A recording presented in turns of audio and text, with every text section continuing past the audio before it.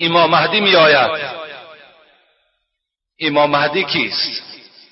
امام مهدی برای محاربه با این دشمن خدا، با این دجالی که اینقدر بزرگی و اینقدر سحر کلان را صاحب هست که دنیا را همه را فساد دارد، محاربه میکند.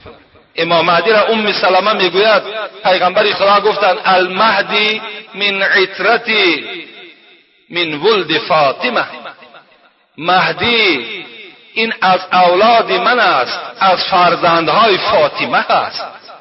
این از پشت امام حسن است، از فرزندهای امام حسن به دنیا می آید.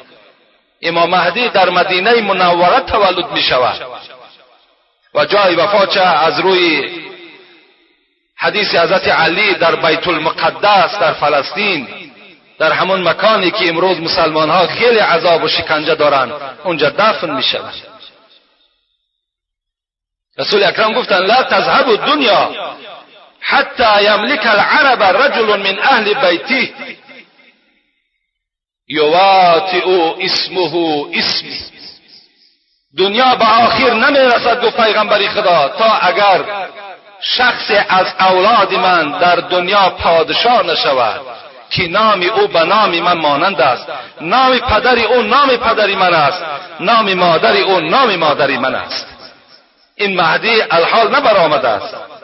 الحال وقتی که اگر مهدی تولد شود، پیغمبر خدا گفت نظر بر او کنین، وای پدرش عبدالله نام دارد، مادرش آمینه نام دارد. یملأ الارض قسطا و عدلا کما ملئت ظلما و جورا.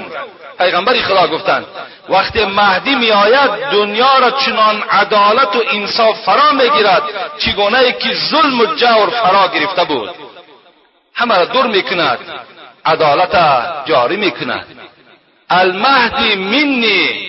پیغمبر خدا حدیث های بیشمار در باب مهدی حتی به حد تواتر می رسد. المهدی منی اجل الجبهتی و اقنى الانف. پیغمبر خدا گفتند مهدی گفتند پیشانه‌اش خیلی مثل پیشانه من پهن هست و بالای بینی امام مهدی بلند هست، گفت مثل بینی من. این امام مهدی می آید، با این دجال محاربه می کند که رسول اکرم در یک حدیث دیگر می گوید لون عربی جسمه اسرائیلی فی خده ایمن خال کانه کوکب دری.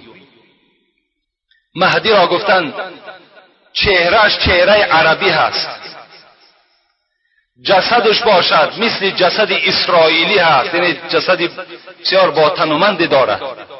در پهنه روی از راستش یک خال هست که مثل ستاره باری درخشان است. گفتند نشانه امام مهدی را پیغمبرم بیان کردند.